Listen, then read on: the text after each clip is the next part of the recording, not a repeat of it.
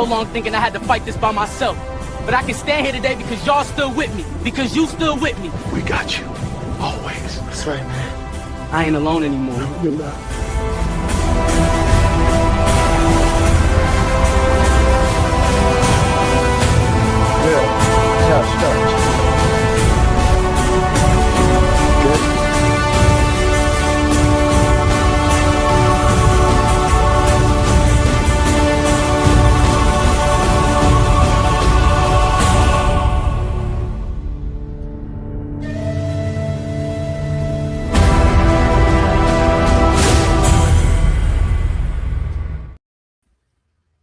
Good evening and happy Friday, and welcome to another episode of the Hearts of Men podcast here on the Empower Perspective podcast.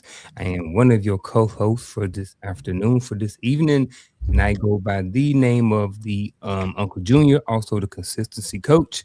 With me on the panel today, we have none other than son of Timothy, ladies and gentlemen, Mr. Available Man himself, saluting us with that ugly hat. No, I'm just playing. I like the hat. Just being for real. I just not a big fan of the New Yorkers. But y'all did win the title this year, so at the end of the day, I got to stand down. But the Cowboys gonna win it this our year. Whatever, blah blah blah blah blah. Look, coach already shaking his head. This gonna be one of them types of nights. So every time y'all see that, that's the jinx. Y'all saying it is the jinx. But thank you for jinxing y'all. Go ahead. My bad. Same story every year. We also have, ladies and gentlemen, the mindset coach himself, Dr. Dwayne Dwyer, certified speaker and coach, all of the things. Ladies and gentlemen, how are you guys doing this Friday evening at 8:03 p.m. Eastern Standard Time? I'm gonna speak for the gentleman on the panel, and we're doing fine. We're doing great. We're doing great. We're doing awesome. It's another beautiful day. It's Friday, as always. I get to hang out with y'all and have a great conversation, and of course, get to hang out with the livest chat and social media. Man, I have no complaints whatsoever. Mm-hmm. Man, listen, I'm sitting up here looking at the panel like it's three people up here, and I know who the lady ain't. The lady ain't me, so I'm trying to figure out who he talking to. I apologize. I was in between two thoughts at the same time. I was about to start speaking to the ladies in the chat, but at the same time, because I got sidetracked by the hat. You know what I'm saying? So that threw me off. So by the time I got back to introducing coach, you know, it kind of threw me off my game a little. Yeah, my bad. That's what greatness does. 27 world titles. Do that. It baffles people. I get it. But I'm great, man. Only thing I want to know is how many of those pitches did you throw? How many did I see? Throw. Oh, how many of them pitches did I throw? Yeah. Same amount of them touchdowns of them Cowgirls you threw. There you go. That's what I'm talking about. That's why I like it. Let's go. We're going to have fun tonight, man. I am really excited to be here this afternoon with you, Jim. Just like you said, it's always exciting having great conversations and stuff like that. I had one earlier this week, man. Just sometimes, man, you don't know how much you miss just being around other men, just having conversations, even if it's just shooting the breeze or something like that. I'm honored and thankful that, I can have some open-minded conversations over here, and we can talk about some stuff and be real and honest and open-minded and all of those good things. So again, I'm looking forward to tonight's show, finding clarity when chaos strikes, because if you're like me, at 50 years old, there has been a lot of chaos, and sometimes it snuck up on me. Sometimes I asked for it and all the other reasons, but at the end of the day, for most people, I think that's something that we all can kind of talk about and kind of relate to when it comes to chaos. So before we get started, one of the things we are going to do is we are going to acknowledge every single person who is in here. If I miss your name, I apologize. There's a lot of different platforms here. We're on Facebook and LinkedIn, YouTube, Instagram, all of the other things like that. So if I miss you again, I apologize. If I do miss you, go ahead and type your name down in the chat or something like that, and I'll make sure I'll shout you out. So With that being said, ladies and gentlemen, the rebirth of Nick D. Thank you for being here, Crystal Everett. Thank you for being here. It is some more over here. Let me slide over to this one over here. His divine appointment. Thank you for being here in Atlas Keys, Key Reality. I might have butchered that all up. Robin Brower, appreciate you for being here. Lisa Keys. Yes, is Maya. I think I got everybody. All right. If I missed anybody, I apologize. Go ahead and type your name in the chat or say hey or throw me a wave or something like that, gentlemen. Before we get started, you guys have anything that you guys want to say or share, admin notes, anything like that you want to put out?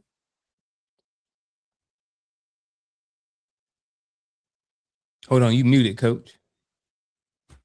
My bad. Tomorrow morning, 10:30 a.m. Eastern Standard Time. I'm telling you, you might want to be there.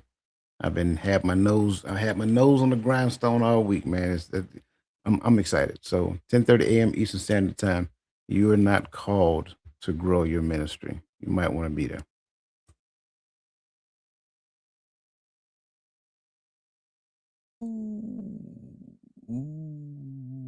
Ooh, I think I'm tuning in tomorrow at 10:30.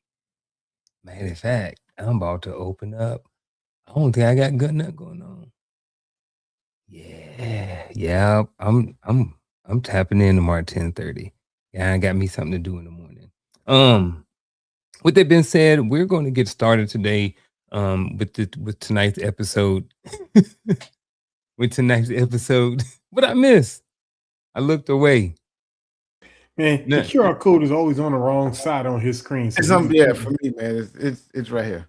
Yeah, I think he got it on reflection instead of mirror. I don't know. Yeah, I did. It'd be wrong. It's right here. Oh, it's right here. That's how you get there. I don't know what I got mine on. Here we go, ladies and gentlemen. So life has a way of changing directions without asking for permissions. Sometimes it's a phone call. Sometimes it's a decision you didn't expect. Sometimes it's something you've been avoiding that finally catches up with you. And here's the interesting part. Chaos doesn't always look chaotic. Sometimes it looks uncertainty. It looks like uncertainty. Sometimes it looks like waiting. Sometimes it looks like having too many options or none at all. We've all heard the phrase, when life gets crazy, stay focused. But that's easier said than done. So tonight, we're not telling you what clarity looks like. We're exploring what happens when life gets loud, how different people respond to it, and whether clarity is something you discover or something you choose to create. With that being said, gentlemen, and everybody that's here with us, our first thing we're going to do is we're going to hit 3 definitions real quick. Ladies and gentlemen in the chat or anybody here tonight, if you feel or think you want to maybe adjust this, but we're just going to have these 3 definitions just to kind of set a foundation for the conversation. So the first definition of the night is the word clarity. So clarity is the ability to understand a situation with greater confidence, direction, or perspective. That is the definition that we're going to use tonight for clarity. What say you, gentlemen? I'm okay with it. All right, we rolling on down to the second one. This one is chaos. Now, I don't know if this was going to roll, but for right now, this is what we're going to use. Chaos, a period of uncertainty, disruption, confusion, or rapid change that challenges normal routines or expectations. That is the definition of the chaos.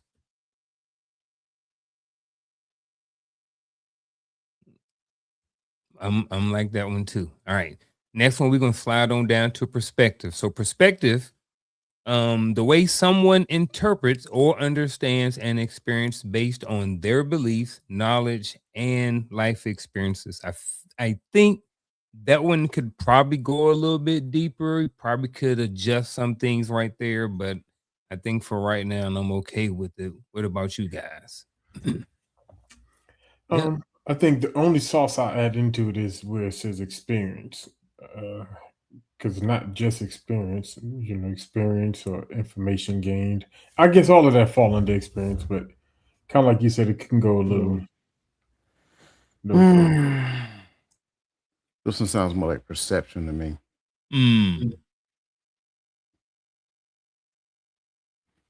So if we was to adjust perspective for the conversation, or should we just change the word? I mean, I don't know the flow, so I don't want to tell you how to do it. But I Okay. think this definition more so describes perception. Okay. Because under like what I bring in, understanding, interpretation, that would be perception. Perspective is the lens in which I see the world through. Okay. All right. I can roll with that too.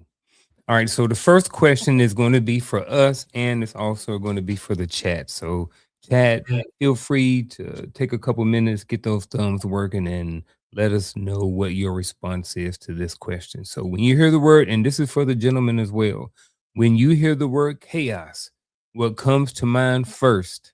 And does everyone experience chaos the same way? Pre-conflict and no. Chaos generally comes before the conflict. And does everybody experience chaos the same? No. Everybody doesn't experience the same type of chaos. What might be chaos to one person may not necessarily be chaos to the other. I definitely agree with that.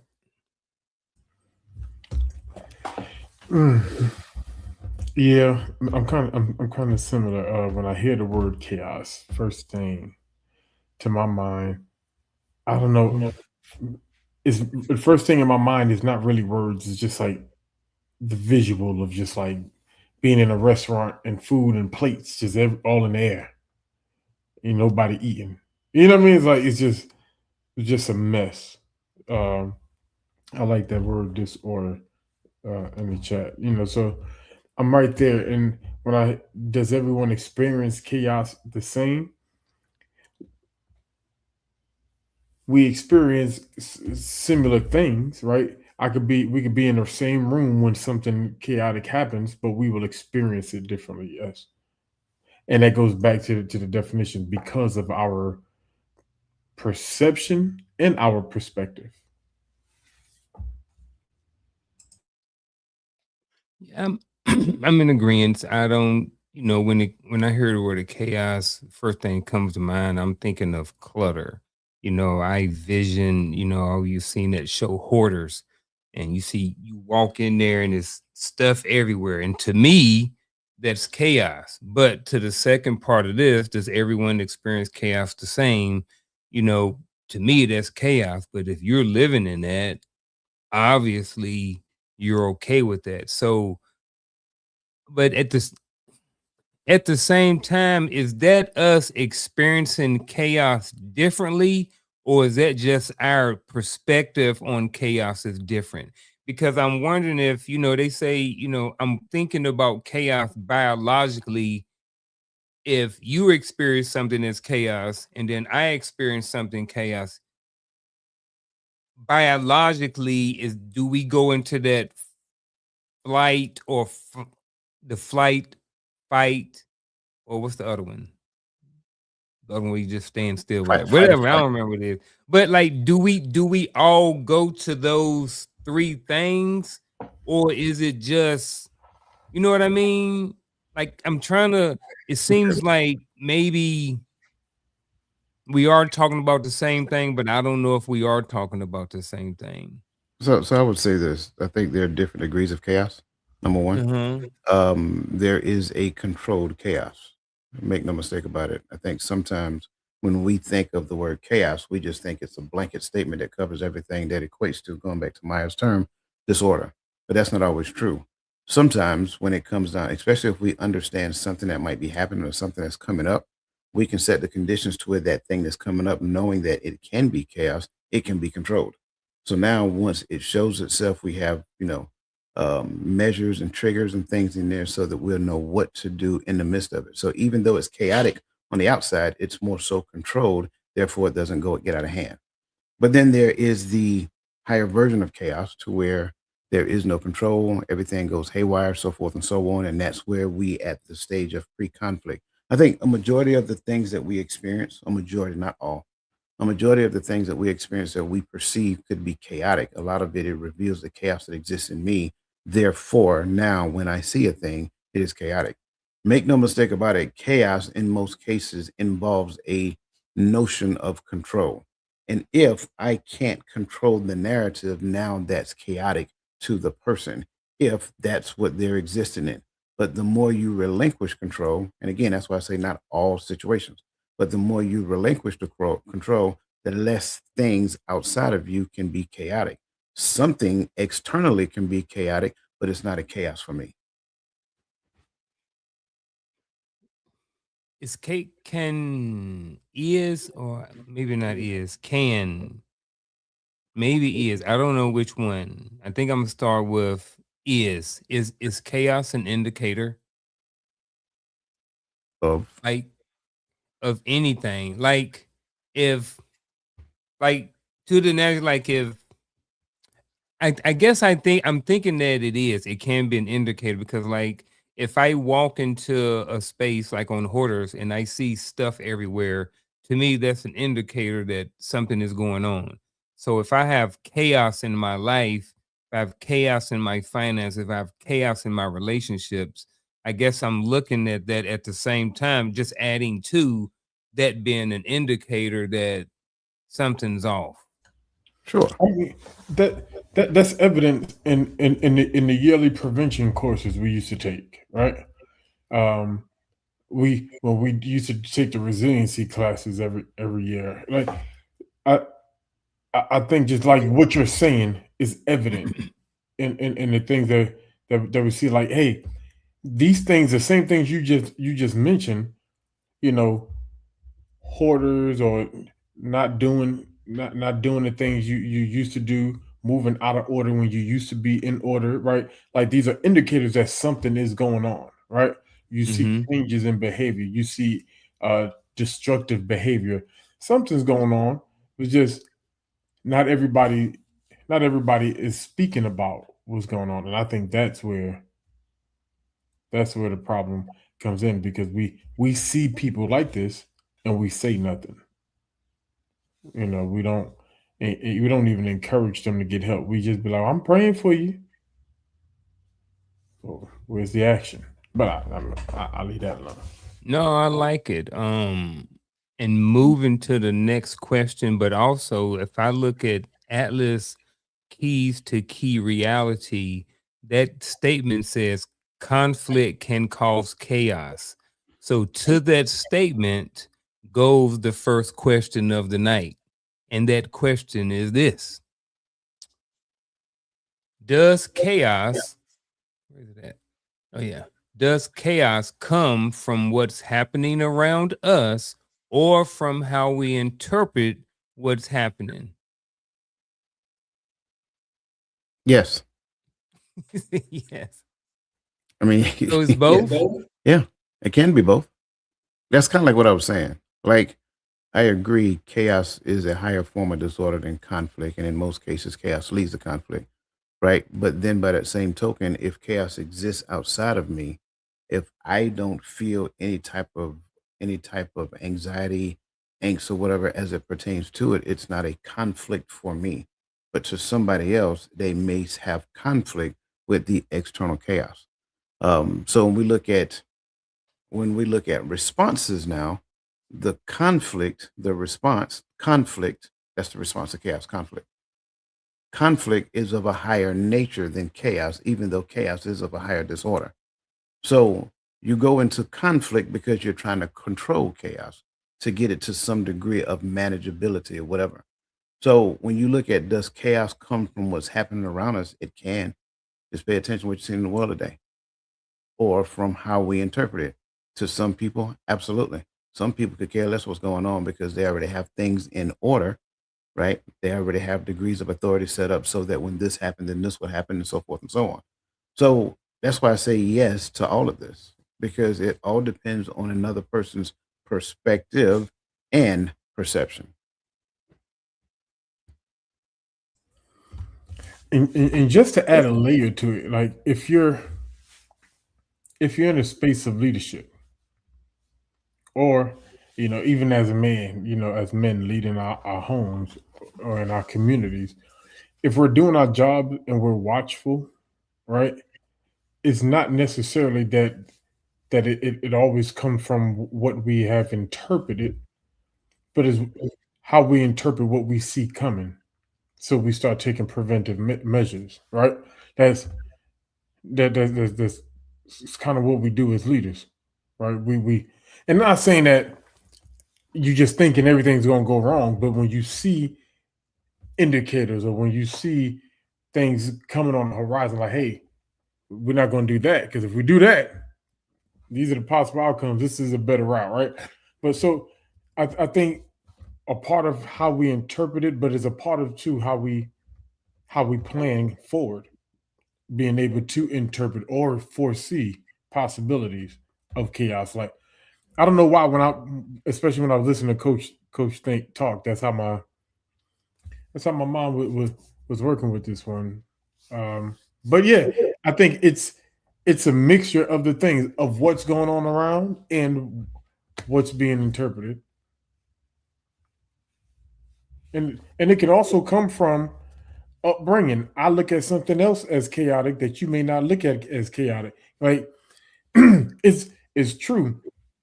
If you take someone from one of those traditional Islamic countries and put them down in the hood and let them see how people are dressing and talking, like that will be chaotic to them. Like what's going, like that'll probably bring a level of anxiety because it's how they were brought up versus how they were brought up. So yes, it creates that interpretation of chaos. Gentlemen, Coach, I don't know. I look at the word accountability, and for some reason I keep leaning towards it's all on how we interpret it. I don't see it as both. Now, I am definitely always willing to have my opinion changed with more information. And here's my counter rebuttal to that. If there's a lot of chaos that's going on at work, or there's something that goes on in the neighborhood, or something over there's chaos around. If I choose, is how I feel or think or how I respond to all of this stuff is going to be directly related to how I interpret what's happening, right? I think we've all established that. But the only other part about that is I'm not understanding how those things can be. I'm not understanding. I guess what I'm looking at is those things are external. The interpretation part is the internal part. I'm not seeing how the external part is at fault at all, because at the end of the day, I have it. Yes, someone may view things differently, but at the end of the day, is it still on how they interpret it at the end of the day, regardless of whether or not they see it or not? I guess I'm kind of leaning towards more it's just on me. Let me bring this in real quick. Yeah. You go to sleep tonight, somebody break in your house, you in conflict or chaos. Which one is it? I'm probably going to be in conflict. Not yet. You in chaos first. I'm about to say chaos is in chaos first. Now you got to get up. You got to go get your equipment, whatever it is you need, right? I just got to lean over. Absolutely, that too. But you got to get to it. Now you got to locate. Now you got to locate the perpetrator. Now you're in conflict because you're starting to manage chaos at that point. External absolutely has an effect. It all depends on me. Now, the other side of it, do I have an alarm in my house? Do I have a dog that's a dog as a early warning detection device? Am I living in a gated community? All of those things. So those are measurements that we put in place to control chaos. Chaos can actually happen outside the door, but if it's not inside my door, it's not chaos for me. I'm getting it. I got it. Dang, a freaking simple analogy. That's why I like analogies, man. Something simple. And then you had already explained it, but I guess maybe I was too pig-headed. I'm too stuck on my own personal opinion about it that I wasn't open to it at first until you gave the analogy. I don't know. That's all right. It happened. Yeah. But I got that accountability, my brothers. You know what I'm saying? So appreciate everything that everybody said in the chat, all those different things like that. Definitely appreciate all the responses and everything like that. So it's safe to say there is a before the chaos happens. It's called competition. Appointment. That's called competition. Competition. There we go. All right, let's move on to the next question, gentlemen. Next question of the night is this. Ooh, actually, is a question. Actually, yes. We're gonna do the poll, and then we're gonna while we got the poll up, we're going to answer the question why people are responding to the poll. So the poll is this. That's what the poll is, ladies and gentlemen. When life gets chaotic, what's your first response? Do you or number one, take action immediately, stop and think, ask someone I trust, or it depends on the situation? Now, just respond how you want to. That's all I'm gonna say. All right, so while that's up there, ladies and gentlemen, and while you guys are responding, the next question of the night is this. Can two people experience the same situation but walk away with completely different levels of clarity, and why? For some reason, I can't help but see a conversation between a husband and a wife, or a boyfriend and a girlfriend right here. But whatever you guys want to do. I mean, we kind of talked about it leading into it, right? Yeah, I think so too. When we start talking about things like experiences, perspective, perception, like what builds those things? Where is this coming from? It's based upon the patterns that life has dealt us, the things that I was telling somebody, I was like, I remember a day where the only scriptures that I could quote were the ones that I heard the preachers say over and over. Because everybody who ever been to a church long enough, you know, your preacher got them same 5 verses they like to quote all the time. It don't matter the sermon. Them one of them 5 gonna come up. All right, them the 5 I knew. And then one day, I was like, I don't really believe this thing because I don't read this thing. So I started like it's a development of exposure. Like this is what I knew at this point. So this is all I can base my understanding of what I believe based upon these 5 verses because that's all I know. But now that I have gone deeper, you know, my understanding, my belief is built on a little bit more. You know what I'm saying? So my experience with life is with new lens. So when I see certain things go on in the world and everybody's saying, "Oh, it's chaos coming," I'm saying, "No, it's the sun coming." You know what I mean? Like I see what's going on through a different lens. I don't look at the world and I don't look at the craziness going on as chaos anymore. Sometimes I get frustrated when it affects you, right? When some of it touch home, it gets to you. But I'm coming in and I'm like, these are following patterns that were laid before us. So I'm not really that concerned because I know what this is leading to. And so, yes. He said, so yes. So everything he said, I agree with. And I'll go a step further. I think sometimes, and this is across the board, anybody, and applies to everybody. I think sometimes we confuse awareness with understanding. And so we become aware of a thing and we think we know the thing that we're aware of, and therefore we move on to something else. And then when life shows up and tests that thing that you think you know, your response to that thing shows that you never understood it. You was only aware that it existed. So in the midst of it, in the midst of everything that Gaddy said, on top of that, our inability to prepare, right? Our inability to prepare for certain situations, prepare for certain outcomes, to set the conditions so that if competition goes awry and we move from competition into potential chaos, right? We don't have the necessary tools that we need in order to respond accordingly. Therefore, conflict must ensue in order to kind of control chaos again. So we can be in two of the same types of situations and walk away with two different lines of clarity. One person can walk away from a situation and say, man, I learned a lot about myself. Somebody else can walk away from that situation and say, man, that I can't believe they did that to us.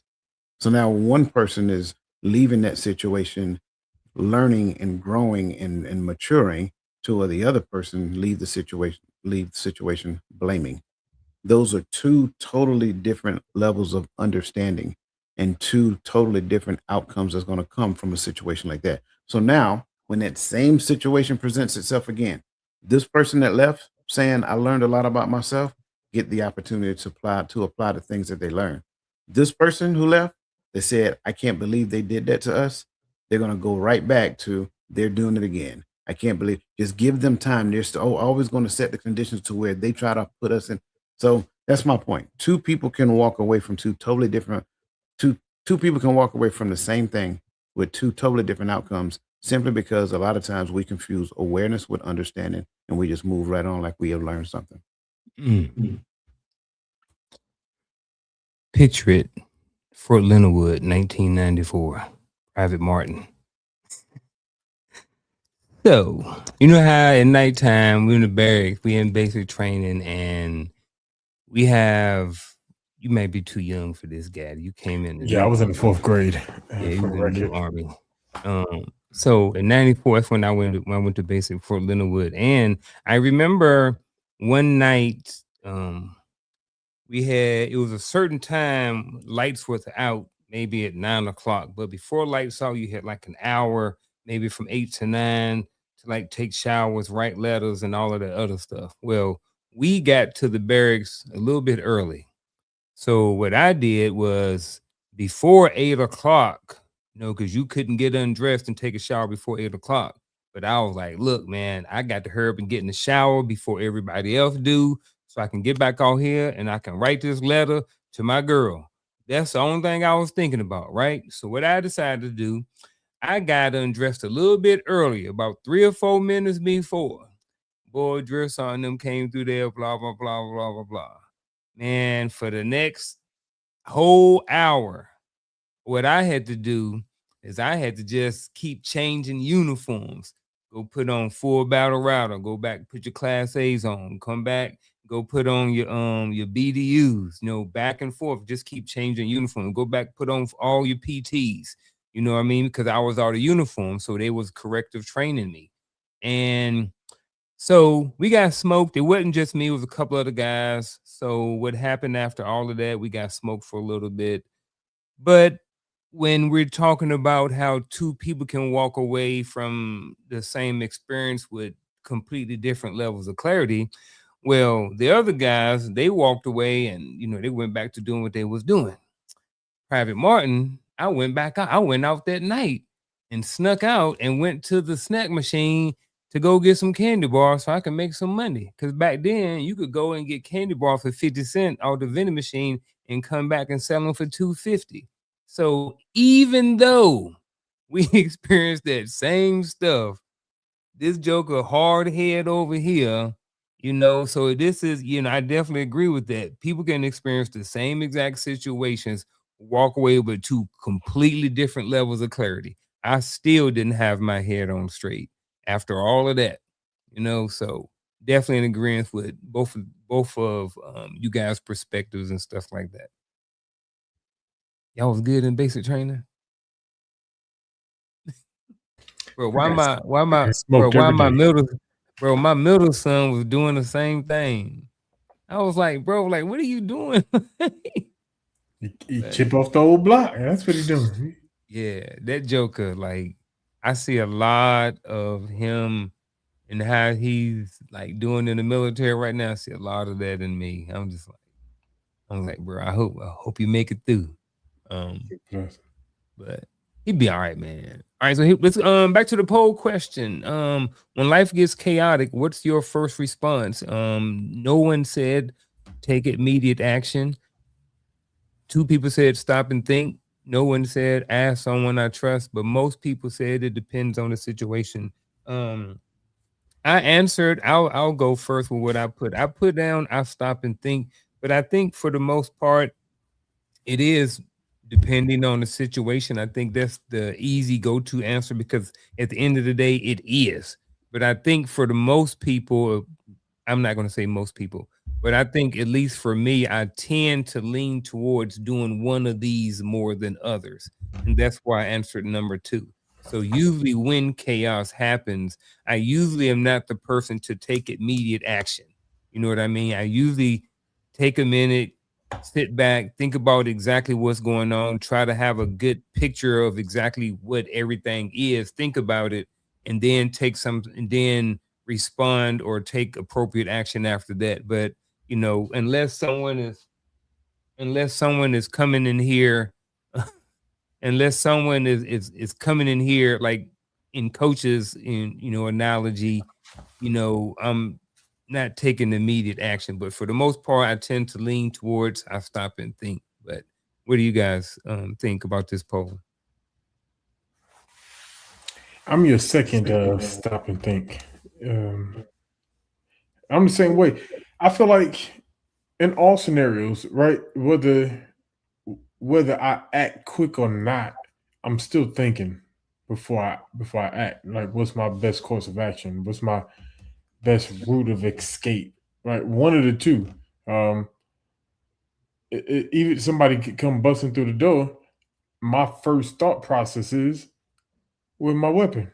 I know where it's always within arm's reach, right? But still, like, that's your first thought because I'm not going to go investigate and then have to come back and find it. No, where little Jimmy, so I can take him with me, so we can go downstairs and see what the rattling all about, right? But there is a thought process. So that's how I look at it. There's a thought process that takes place before I act. I can't just. I'm the depends guy. That's what I'm saying. Like there are certain situations like Gaddy was just saying. I don't have time to stop and think.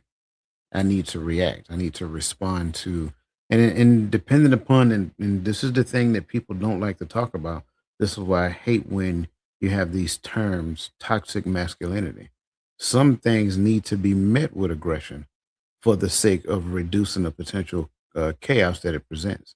So, do I really need to stop and think in certain situations? No, I don't. I need to react because it needs me to react. Ideally, hopefully, I set the conditions for the appropriate level of response. That's why you did all that training when you was in the army.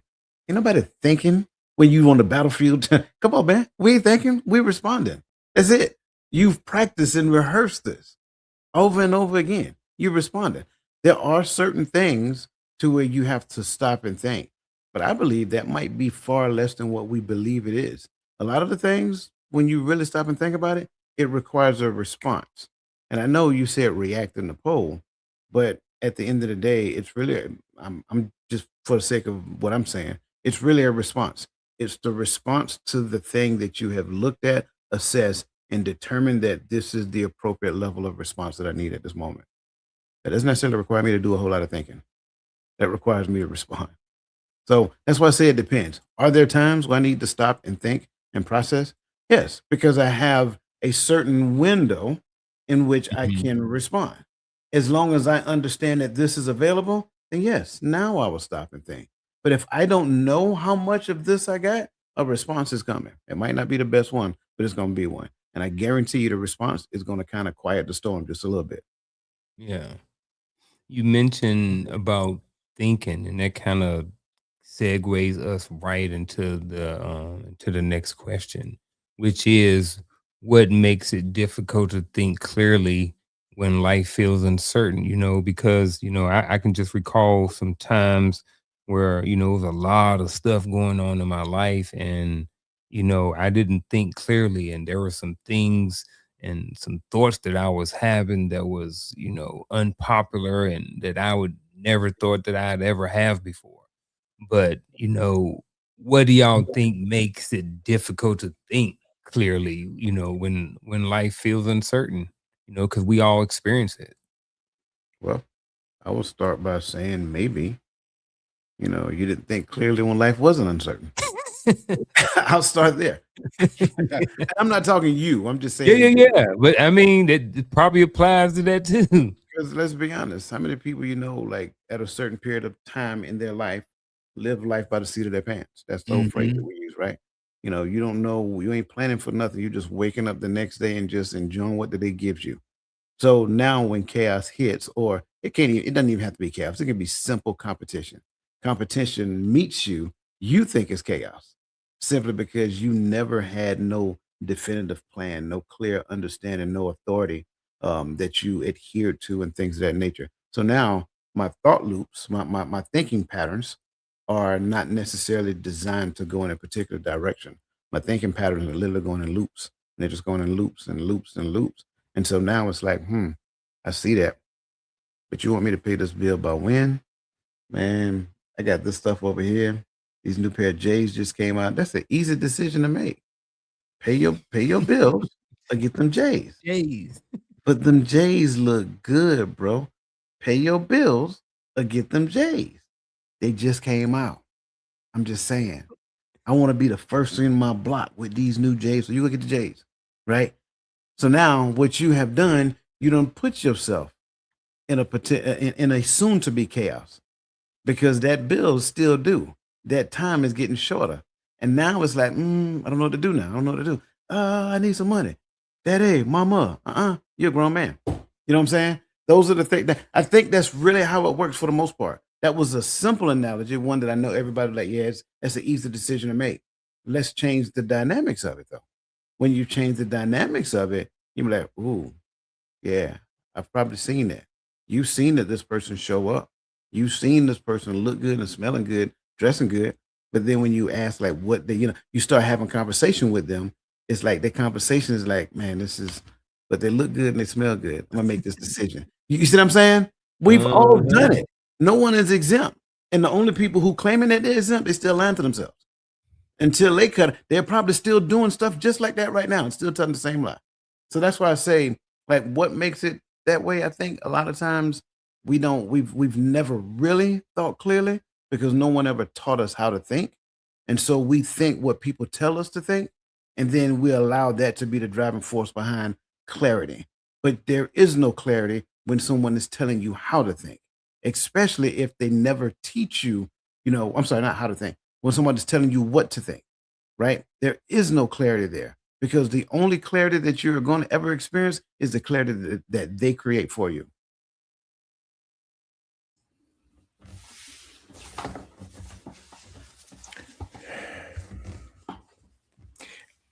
I think where I'm struggling with this one is, are we talking about the same clarity? Because in this aspect, right, when life gets so difficult that everything feels uncertain, I don't think it's clarity of the mind or of information or of the path or stuff. At this point, it's cloudy because your path is not clear, right? See, the clarity that we find in comfort sometimes is I have a designed path and I can see my way there. See, but when things come and obstruct that vision, when things come from the left or from the right, it obstructs that vision. Now we're lacking the clear vision of where we're going because of the unknown variables that have taken place. And so when I'm looking at this question, what makes it difficult to think clearly when life feels uncertain is because your comfort got shaken up. got rattled. And so you can't go on go throughout your day as usual. Your quiet moments are now moments flooded with thoughts. I got to do this because you now you got to figure out what's the contingency for what just happened or what's about to happen. All right, that's what happened. So now, what's the contingencies? What can I do to mitigate some of my loss or some of my pain? What steps can I do? Can I move to the left? Can I dodge? Can I bob and weave? I see this hook coming. I got to get out the way or lesser the blow. And so when that takes up our quiet times, that takes up our time. That's that time when we're thinking about the path, when we're thinking about what's ahead. But now I don't have that time anymore, that luxury to enjoy the thought process of how this is going to play out, because everything is working out in my favor. Now that it got a little shaky, favor don't seem like it's attached to me. So I don't know what's going. So now I'm in worry. And in that state of worry, now we've just created the whirlwind. Now the chaos exists because the chaos is existing internally. All right.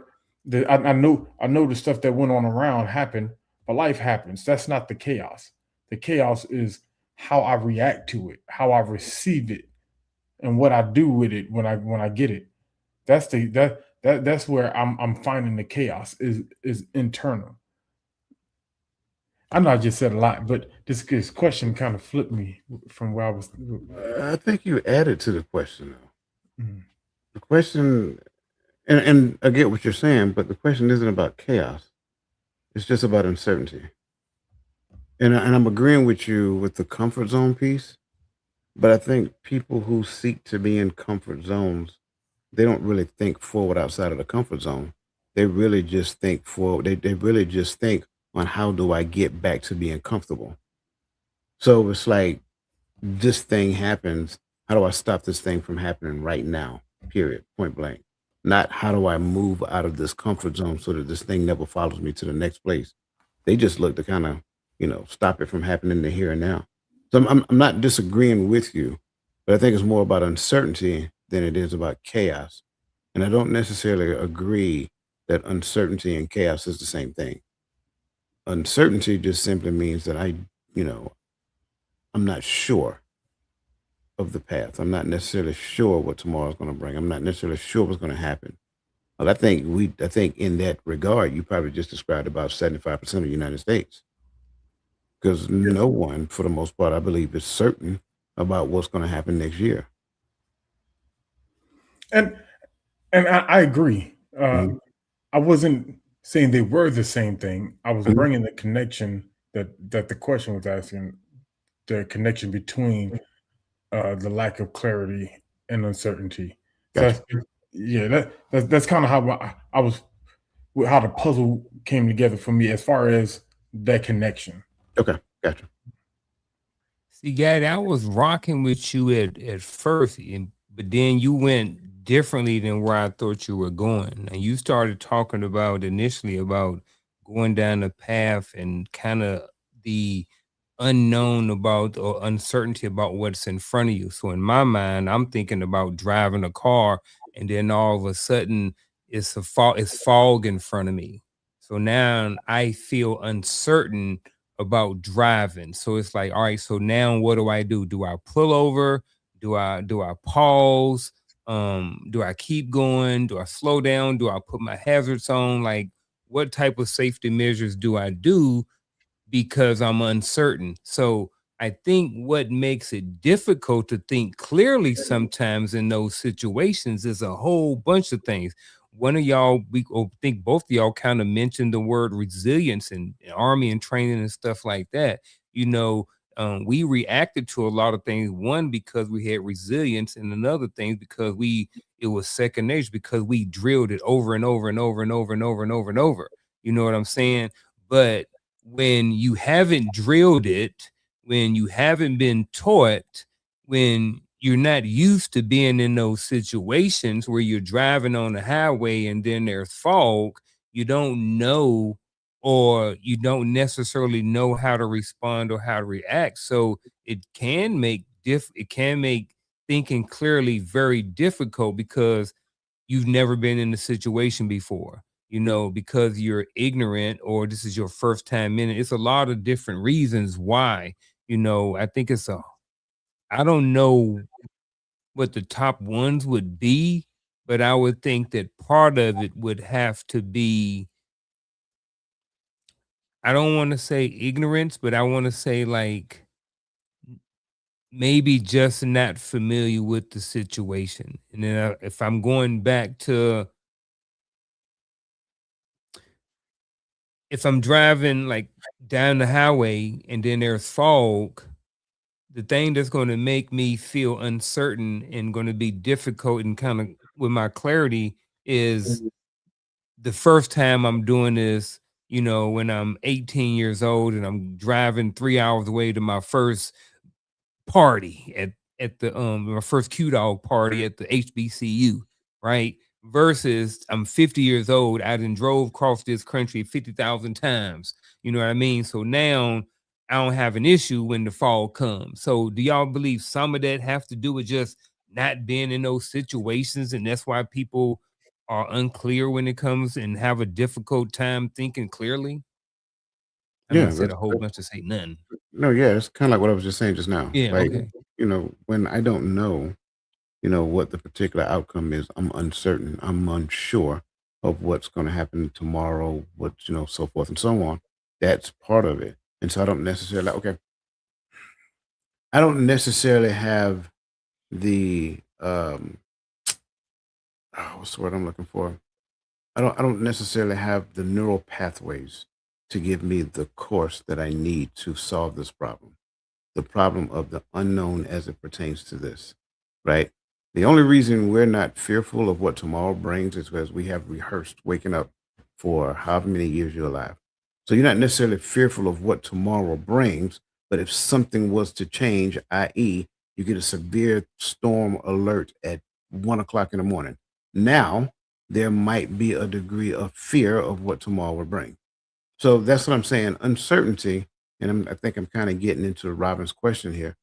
Uncertainty, not knowing a thing, not necessarily have the neural pathways, which equates to the practice behavior of doing a thing, right? It creates a level of fear, and it absolutely puts me back in a survival instinct mode to where I'm worried about protecting my well-being and the people that I love within my home. We're not worried about thriving in that moment. We're worried about getting through that moment so that the storm can pass. Once the storm can pass, everybody can go to sleep and relax. But until then, I need you to get up. I need you to put your shoes on. I need you to go around the corner. We need to clean this closet out, drag everything out of that closet, and we start packing everybody in that closet. So that's what I mean. Yeah, I think it's everything that we've all said together, right? Because I don't hear any of it separating, but the fullness of kind of what the question you was asking on, But I think the loss of clarity happens or exists in your response to the uncertainty. I don't think the uncertainty in and of itself, because kind of like Coach explained a little earlier, some things I've dealt with enough. Like you said, I've driven around this country 50 times at whatever age we are, right? Um, and and so if the roads are, I notice I'm in a specific city and the road is blocked, or the exit that I need is blocked off, I know how to get there getting off at the next exit. So it didn't create a loss of clarity for me. But if I respond to it and I go into road rage and anger begins to cloud my vision.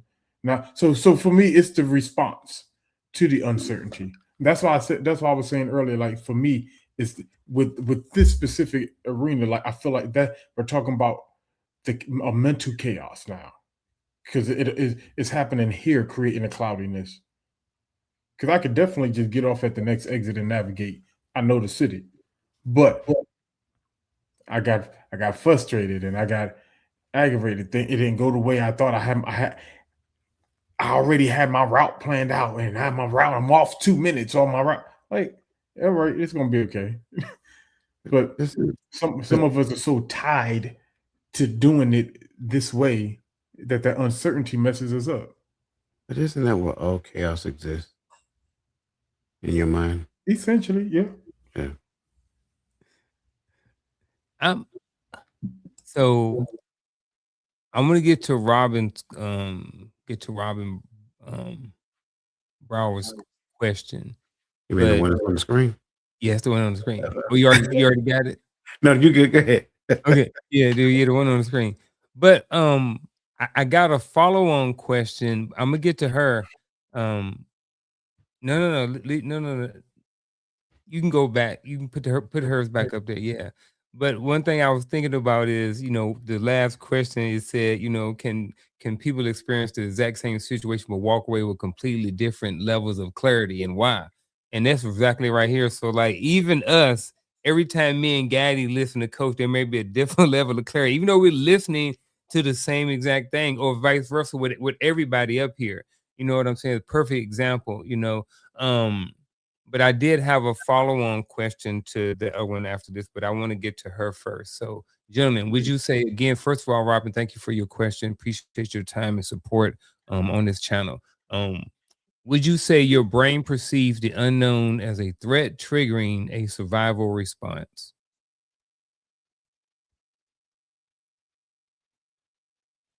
I already answered that. Yeah, you can go ahead. I was gonna say it again. Oh yeah, this one. Yeah, so for me, when I'm hearing this question, I'm thinking more in the sense of people who've come out of poverty. A lot of people, a lot of times your relationship with money is fear, and so when you have these unknown threats that can affect your finances, right? You know, like a car accident, when someone drove through my house or whatever the case may be, I'm like, man, this is going to take a hit on us financially. Like, but those, I think a lot of people are tied to the fear of going back broke, right? So they create this automatic, you know, survival response. So I don't think that it's absolute, but I do think that it's a thing.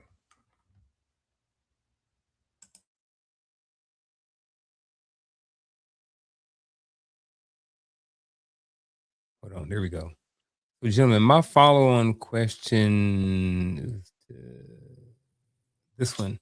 It's just a follow-on question to this. So there was a lot of stuff said on this question right here. So there's a little bit of unclarity on my part. So what I want to do, I just want to go to the answer. So and then kind of go back from there. So, the question is, what makes it difficult to think clearly when life feels uncertain? So how is it that or is it why is this something that you can work on to get better at? Like, because uncertainty is always going to happen. So for people out there, it's like, man, uncertainty is always going to happen, blah, blah, blah. Is there something specifically that I or we or that people can do to work on this, so when there is times where they feel uncertain, that they think more clearly? That's my follow-on question. I think this one is hard because we're kind of talking about uncertainty. I'm uncertain of what is going to come up to kind of say that there's a cookie cut answer. But I know, this is why we do things like we create savings accounts. We put money aside for a rainy day, because not that money answers every question, but sometimes most things that we worry about, minus unaliving, money can somehow be involved with the fix. So we always have this concept of, we save. We have these contingencies in place.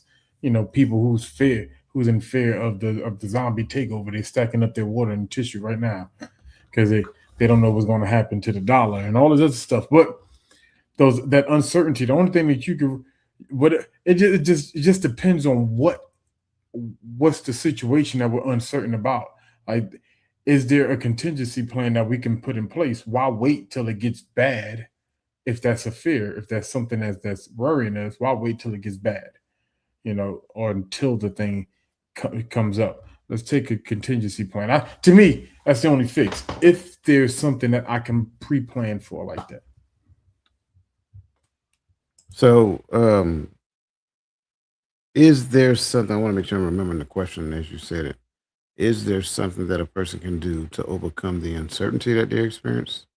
Not necessarily the uncertainty, but like when they get in those situations that they start to think clearly about things when they're uncertain versus always having the difficulty and always the difficulty thinking clearly. Yes. First thing you need to do is scan that QR code right there. That's when we start. Scan that QR code. I'm saying that, and it sounds like a joke, but I promise you I'm serious. Because here's the problem.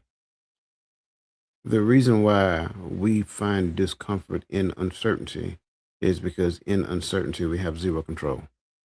So what we do, go back and listen to what Gaddy just said, because he's spot on. What we attempt to do is we try to set the conditions so that we can control the controllables in uncertainty. So that's where the whole savings account come in. That's where the whole 401k come in at. Just like when I gave the example about the severe storm, I gave the example of putting all the people in a closet. That way I have everybody in close proximity. We did all the things the Weather Channel told us to do. So we're trying to establish some degree of control in what is now uncertainty. So if you really want to get to the point to where you're thinking clearly in uncertainty, stop trying to control everything. Be comfortable with not knowing the outcome. Here's the other side to it. If you really want your life to be better, you don't know what that looks like. You know what you want it to look like, but you don't have the experience to know what it look like. So you're going to be uncertain with that. So until you release that level of needing to know, right? Needing to know what it looks like, needing to know what I'm going to experience, needing to know what somebody's going to say, needing to know this, needing to know that. Until you let that go, and and people hear me say that, and it's not easy to do just by hearing somebody say it. Until you learn to let that go, you're going to keep creating the same life that you've always had because you're controlling every aspect of your life. So you can't be in that level of control saying, oh, I want to do this and I want to do that and I want to live like this and I want to live. Not going to happen because you still need to control. That's why uncertainty is a problem, right? Here's the reality of the truth. Everybody who's ever changed their life, don't you know they went through chaos before they found comfort? That is a 100% fact for everybody. I don't care who they went through. I know, Gaddy, you give your story about when you were homeless, right? And it touches me every time you hear. I'm sure being in that situation was uncomfortable, but I guarantee you that created something in you to where it's like, I don't want to go back to that no more. And so in his mind now, he set up like safety valves in his house and in his life to ensure that that doesn't happen anymore. That's how we do it. So in essence, in order to get to the point to where you can find the ability to think clearly in uncertainty, do more push-ups. That's the answer. I hate to say it. I'm joking when I say it, right? How do you get better at doing push-ups? You do more push-ups. How do you get better at running? You do more running. How do you get better at having clarity in the midst of uncertainty? Put yourself in uncertain situations. He's uncomfortable in uncomfortable situations, though, Coach. We're not trying to do that. Then don't grow, right? Stay stuck. Listen, I don't know what I'm going to say. I say it. But you just heard Coach mention something like even at its deepest layer, like this is something that you hear all the time in all these different wealth conversations, right? Getting comfortable in the aspect of being uncomfortable, right? Like when you ever sit down and listen to Kobe talk about getting prepared for basketball, like this dude don't have a rest period in life. Like he didn't take rest as serious, right? Like because he's always like somebody's out there working harder to get better, right? So he has adapted his lifestyle to being uncomfortable, and so he's never sitting in his place of comfort, right? That was how he lived his life, how he played basketball. And so when we're talking about uncertainties in life, the only way to get good at reacting to uncertainties, I guess, is like Coach said, putting yourself in. It's just getting used to being uncomfortable, and maybe it'll help us with more than just the uncertainties of life. Maybe that's a good habit to get into in our goal searching as well. That's the only habit. I'm telling you. If you don't do it, life is going to do it for you. So why not be in the driver's seat of the uncertainty? It's not that you're controlling the uncertainty. It's that you're picking and choosing when you're going to be uncertain. Bro, you just segue right into the next question. You talking about picking and choosing. So speaking of picking and choosing, we go right to the next question. How do you know when it's time to pause versus when it's time to act, though? You know what I mean? I mean, we can always know. We know if somebody coming in the house, we know what to do. You know, that's an easy one. But some of these ones that we don't necessarily know, like how do we know when to pause versus, act? Like, how do I know when to say something to my boss or whatever versus not saying anything or whatever the situation? Oh, actually, hold on. I'm sorry. I really want to get to this, but we got to back up, and I want to get to that other question that we had first. So let's go back and answer that other question, and then we'll come back to this one because we segue right into it, and I didn't want to miss out, but we'll come back to it. We'll derail a whole show, like Coach said, for a question from the chat. So with that being said, Miss Queen V817, thank you for being patient with me. Thank you for putting in this question and giving it to us. So is it possible that you could just not be in tune with your own thoughts and feelings? Me right off the rip, short answer, yes. Anybody else? You said could. I mean, I have no other choice but to say yes because the question starts off, is it possible? Mm-hmm. But my concern is that what does being in tune with my own thoughts look like in a situation where I'm uncertain, right? I know we like to use the term discernment all the time, but discernment requires a higher degree of understanding of something. And if I have a higher degree of understanding of something, that thing that gives me discernment prevents me from being in chaos. So if I find comfort in him, then chaos never consumes me. So then I don't have to worry about chaos or conflict. I like it. We're gonna jump right to the next question. We hope you answered your question. No, I thought you want to let Gaddy get. I thought that was it. I forgot. But that was like that was the mic drop right there. Like I didn't want to add no more to it. Ain't nothing to add to that. Yeah, I was like, bro, like I'm over here smiling, like, yeah, like for some reason I wish I was on the other side with my notepad today because there's been a whole bunch of jewels and nuggets that's been pushed out there today. But the coach's other segue, again, thank you. Hope we answered your question. Hope we got it. Next question is this. How do you know when it's time to pause versus when it's time to act? I ain't gonna go no more for the sake of time. I'll go first on this one because this one I'm gonna stay simplistic and get out the way. Let Coach, do his thug dizzle. But this one to me is simple. If I don't know what to do, I got to pause. We understand there's some things that like Coach said, I think there are some things that we have automatic responses to that we will respond in a certain way. You know what I mean? I already know, like I said, my first thought you come through this door is we're little Jimmy because we're going straight to work. It's dark in this house. I'm not going to try to figure out who you are. I don't care who you are. You in this house and I didn't invite you. Here we go. All right. I get that. But if I don't know what to do, if I'm unsure of what my next step is, then maybe, I take the time to think.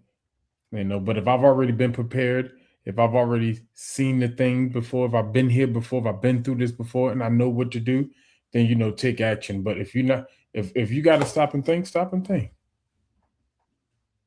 So I'm gonna say something, and I believe Gaddy's gonna come back and say something else after I say this. We've gotten away from training.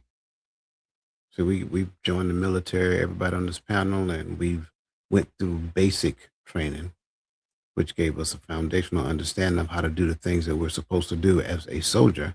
Then we went through advanced individual training, which was more job specific. And then we went to our units and we trained some more. Well, the family has a training program too, but the issue is we kind of thwarted family training program aside. And so when we thwarted the family training program aside, you have a lot of adults who never went through basic training. They never went through advanced individual training.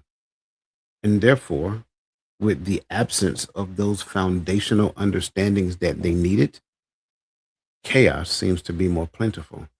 See, the answer to this question for me is simple. Bring the question back up again. How do I know when it's time to pause? Because my trainer didn't teach me that. Let me say it again. My trainer never taught me that. We didn't go through those drills in the school of the backyard. So I need to pause and consult somebody so that they can give me some of their wisdom as it pertains to this thing. After that, then I act. But it's the basic training and the advanced individual training that I'm lacking in this arena. Therefore, I need to pause.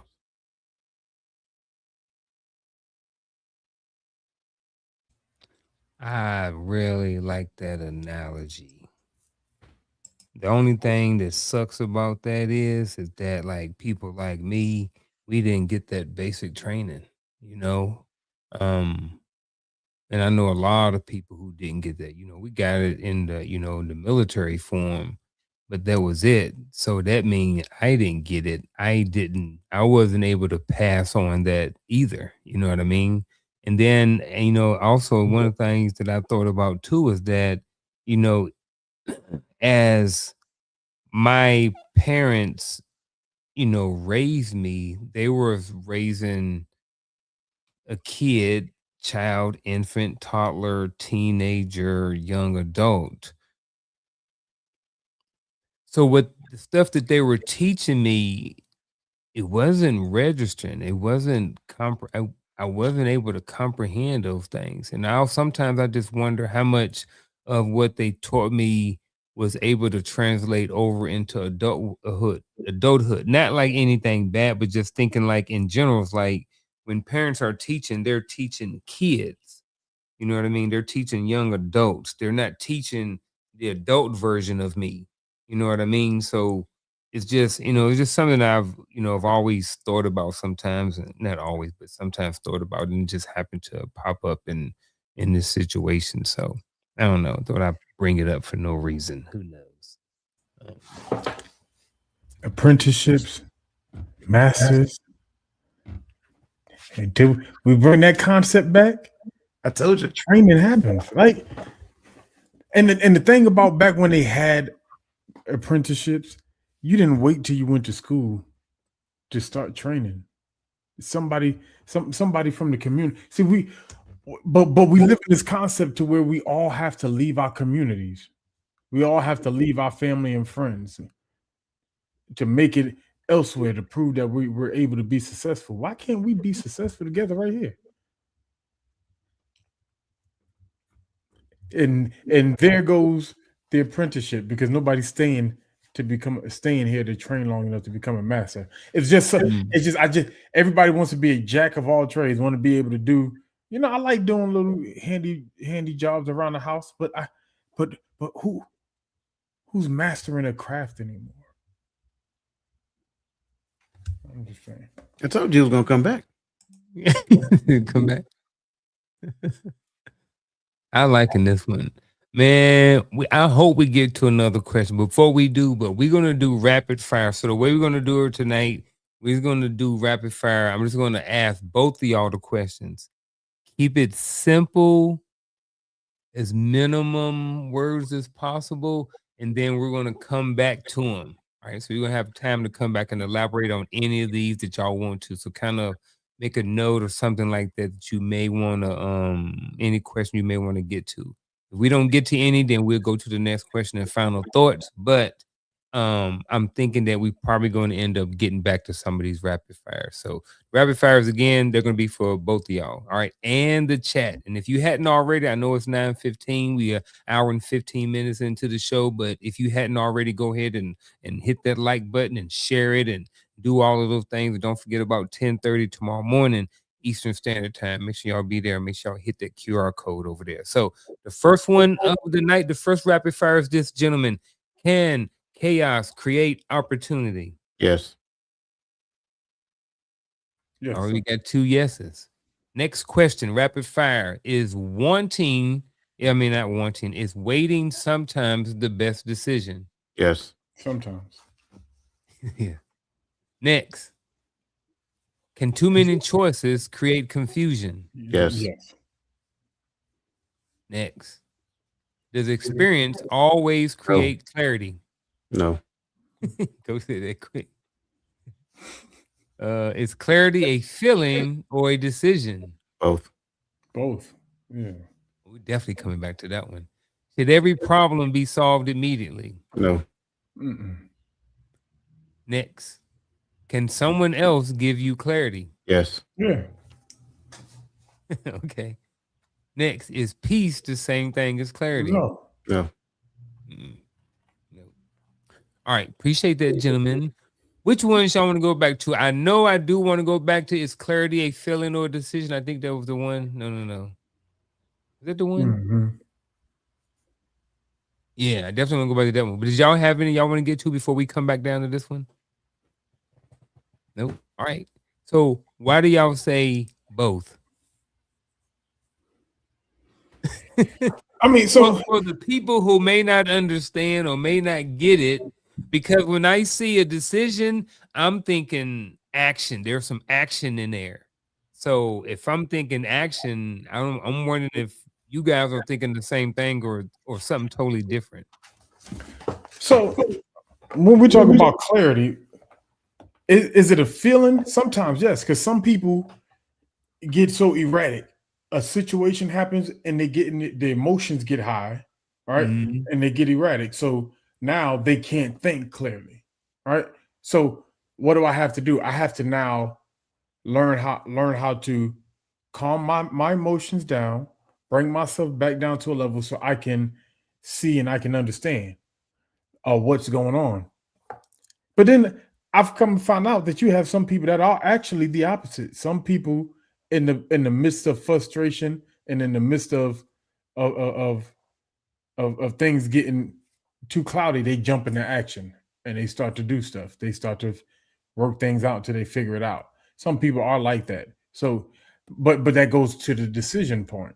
I made a decision that I was going to search for clarity instead of sit here in this confusion and be frustrated, right? So it plays on both sides. I'm making it simplistic so I can move out the way because I know he could break it down a little better.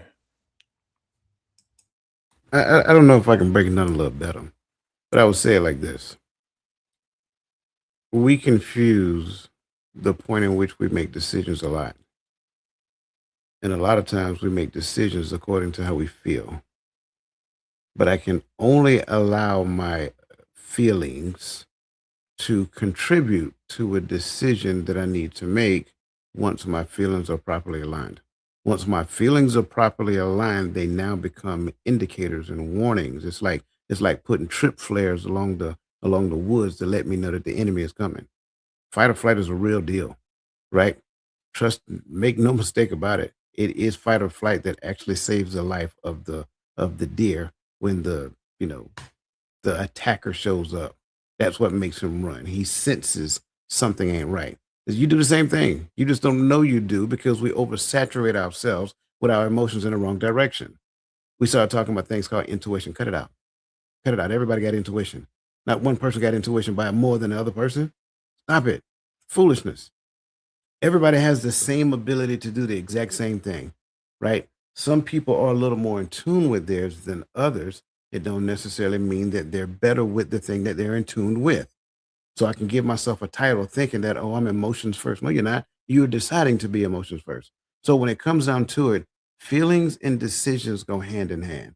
When you make a decision about a thing that you've never made a decision for, you might feel a little uneasy. Why? Because you don't have comfort in that. However, there are decisions that you make, you feel, you know within your gut that was the best decision for my family at this particular point in time, and no one can tell you differently because you did the proper analysis that you need to come up with the best course of action. So feelings and decision work hand in hand, and it reveals clarity. I can't just be one or the other. If it's all about decision and no feelings, that doesn't give me clarity. I'm hoping it gives me clarity. If it's all feeling, no decision, that is literally the recipe for confusion. Yeah, I was hoping that y'all would kind of dig into that one and break it down a little bit more because I was definitely on the same side of it. It's like you can't have one with you gotta have both. So I'm definitely rocking with you guys on that.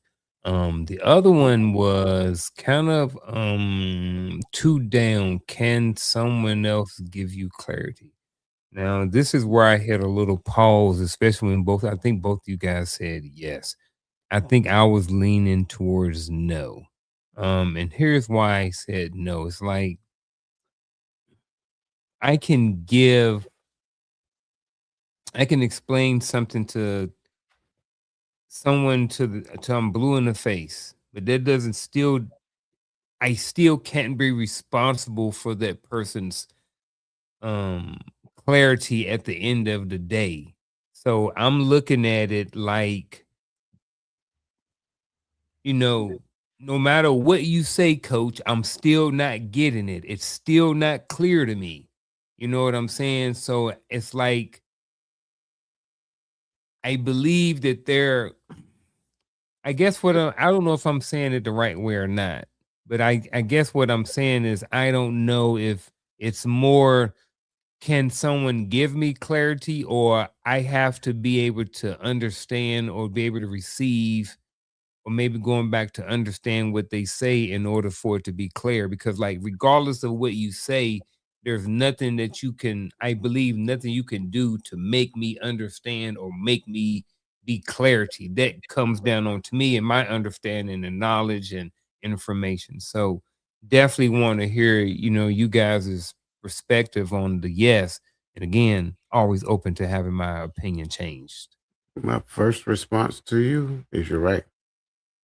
You're absolutely right. There's nothing I can do to make you clear on the thing that you have decided that you're not going to be clear about. You're right. Can't do it. And I say that simply because it's a very simple thing. If you have made the decision to not get clarity, then you will not get clarity. That's the long short of it. Now, do I have the ability to say something different to you to make you understand something different than what you understood prior to? Yes, we've Mhm. seen that happen not too long ago with the breaking your house analogy. It's Mhm. not clarity is a facet, and make no mistake about it. Clarity is a facet of understanding, right? The more the more you understand, because understanding have different degrees. The more you understand a thing, the more crystal clear it becomes to you. Your initial level of understanding, although you may have an understanding, it may not necessarily be a good understanding. Where we make a lot of our mistakes is that I have an understanding, and therefore I think my understanding is infinite. No, it's not. In fact, it might not even be a good understanding, and somebody else can hear it and say, "Yeah." I mean, so it's so many different ways I can go in relation to this, but I don't want to talk too long because I see the time, and I know we ain't allowed Gaddy to respond to that yet. So I'm gonna yield the floor to Sir Gaddy. I mean, for me, when I'm looking at this one, you said, "Can someone give you clarity?" I can't make you understand the thing, but I can give you information that you can use that may be a missing piece to your puzzle. Right? You may be thinking on this thing, thinking on it, and you can't gain clarity. You may come talk to me. I may not be a master at this thing, but I may have an idea. I may bring up something that triggers a thought that brings clarity. But once again, that's everything that we've talked about already falling in place because because of everything that coach just said. So there ain't no need of regurgitating it, right? But yeah, I can I can speak. I can say something. I can actually not have the answer you need. You can have the answer you need, but I just said something that put it together for you.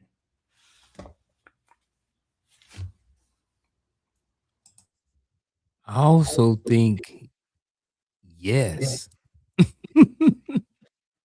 Because like just like that, if I have the knowledge, right? Say for instance, I have the knowledge base, right? And coach says this, coach, give me clarity.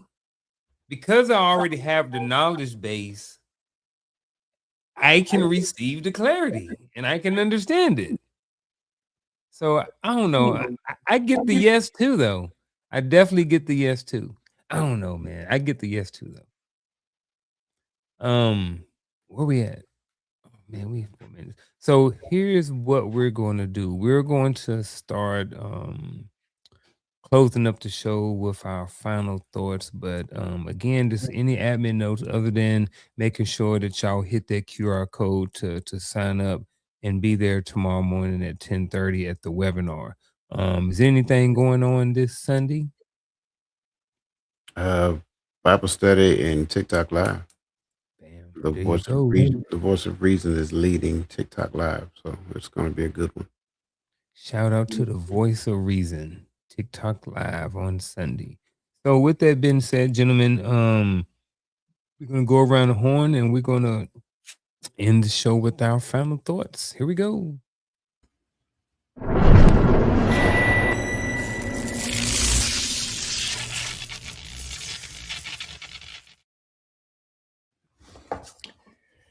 First off, thank you, Unc, for this show.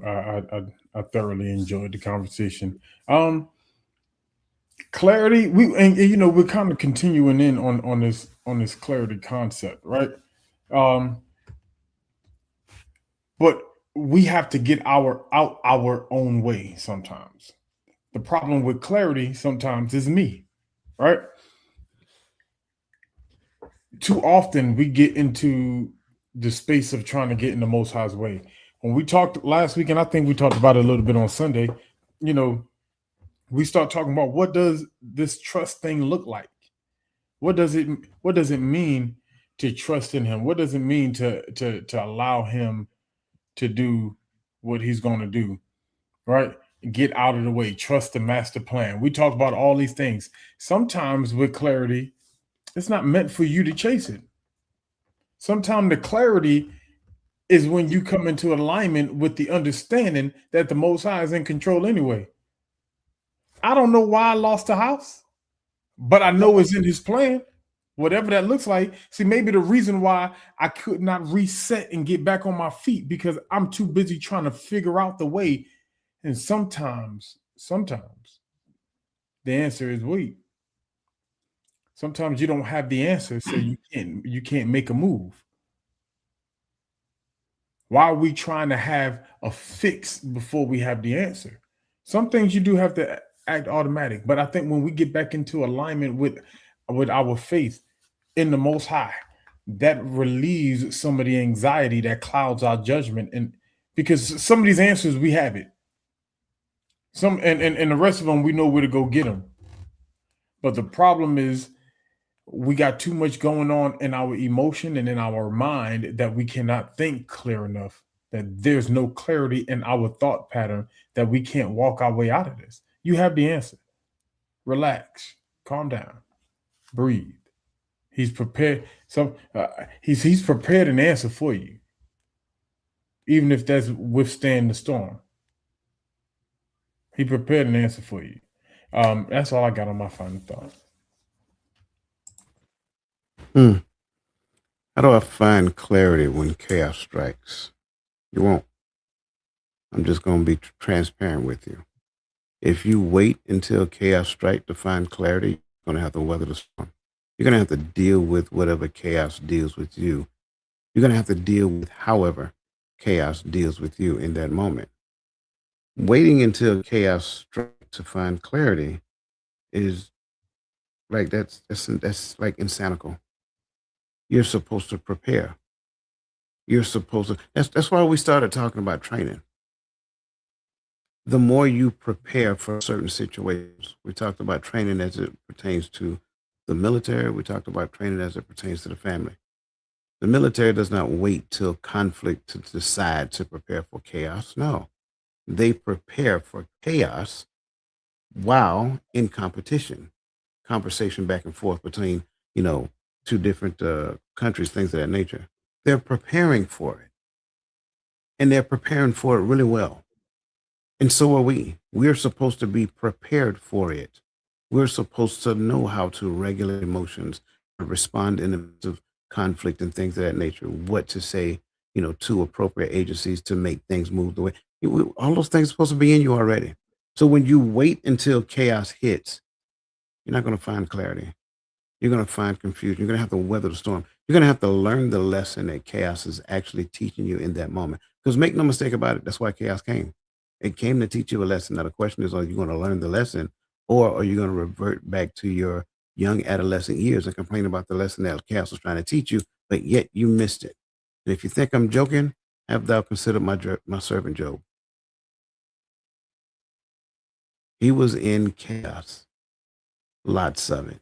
And the one person that was supposed to stand by him seemed like the one person that no one expected to turn on him. If you read the story, right? It happens over and over again. You have to prepare yourself for these things. And don't get me wrong, he had a good preparation plan as well. If when I go back and look at it though, it just seemed like she wasn't really part of the plan.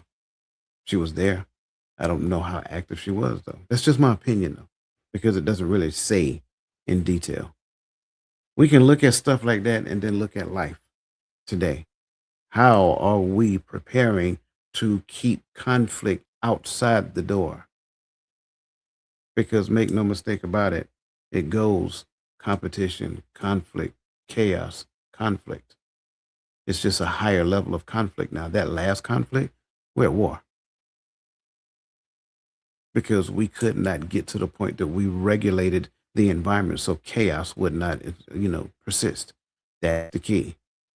So once we get to the point of understanding how to prevent war, how to prevent chaos, how to deal with conflict in such a way that it does not exacerbate and grow into chaos, you don't have to worry about finding clarity in chaos. You just worry about staying in clarity because peace is present. That's my final thought.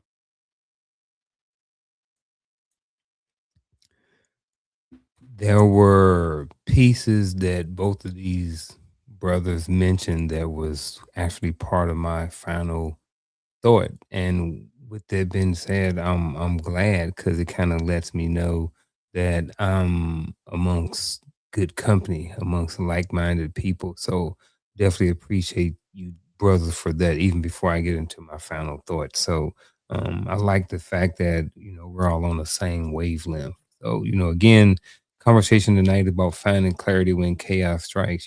Ebbs and flows, chaos is going to hit. Being prepared for it, just as Coach mentioned, is one of the best things that you can do because life is and will go and will happen. And the better you are prepared for it, the better you are as you're going through it, and the better your outcome may be. Um, Also, with just when it comes to clarity, I remember a few years ago, if you just look at clarity and how important it is in our life in general, when you have understanding, when things are clearer, you can be a lot more focused and a lot more dialed in, and things can just work a lot better for you overall in life. Again, back to the preparedness piece that Coach just talked about, clarity is a huge piece. It's very, very huge. It's very, very important in our lives. Clarity, and understanding, it helps in all relationships. It helps on your job. It helps with a lot more things. So, if nothing else, shout out to clarity for tonight. Um, and that is, yeah, that's my final thought for the night. Gentlemen, chat, I definitely appreciate every single letter that was typed and every syllable that was said tonight. I think this was a really great conversation. I learned a lot. Wish I had my pen and pad, and since I don't, I get the fortunate opportunity of having YouTube, and I get to go back and rewatch it. So, gentlemen, you guys got anything before we sign off of here? All right. Again, y'all heard that.